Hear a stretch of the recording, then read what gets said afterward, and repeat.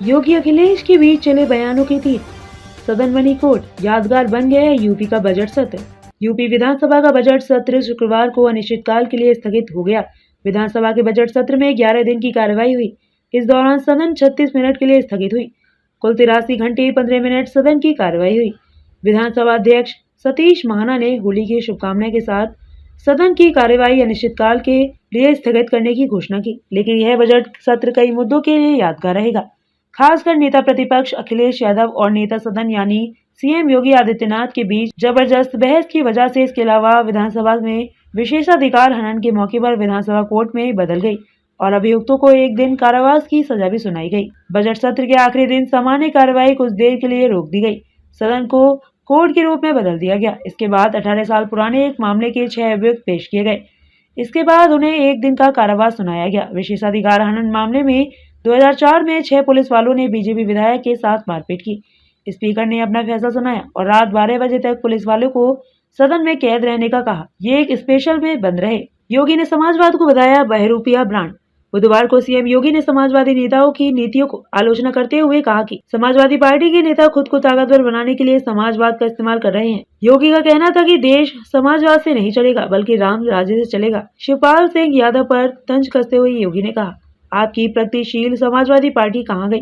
समाजवाद के बारे में कहा जाता है कि यह एक मृग तृष्णा है जो अमीरों को गरीब बनाता है, गरीबों को गुलाम बनाता है, बुद्धिजीवियों को बेवकूफ बनाता है। सदन में गूंजी दिनकर की कविताएं। अक्सर राजनेता अपनी बात का प्रभाव बढ़ाने के लिए शेर व शायरी का इस्तेमाल करते हैं। बजट सत्र में भी कुछ शेर पढ़े गए, लेकिन चर्चा दिनकर की कविताओं की ज्यादा रही।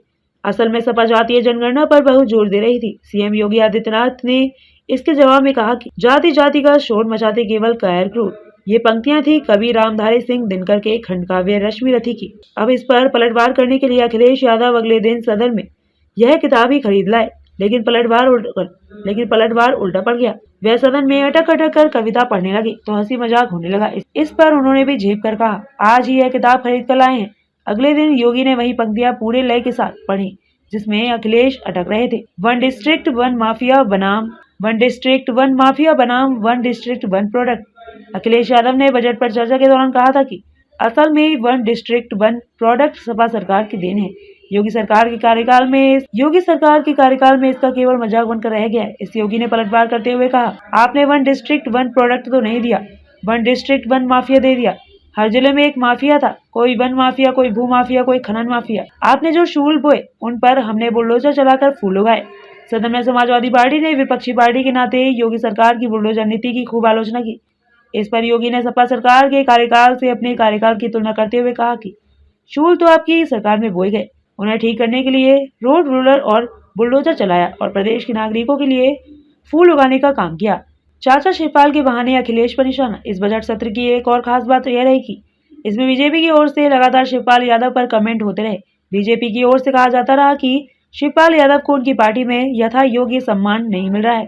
सीएम योगी ने तो खुलकर कह दिया, आप साथ होते तो कुछ और बात होती। शिवपाल भी बोले, हम 3 साल आपके संपर्क में रहे हैं, आपको सब पता है। सीएम योगी आदित्यनाथ ने एक बार कहा, आपको देखकर महाभारत की याद आती है, कब तक आप अपमान सहते रहेंगे। इसी तरह से जब अखिलेश ने शिवपाल की सुरक्षा बहाल करने की बात कही तो जवाब में सीएम ने कहा, हम सुरक्षा तो दे देंगे, पहले आप उन्हें सम्मान तो दो।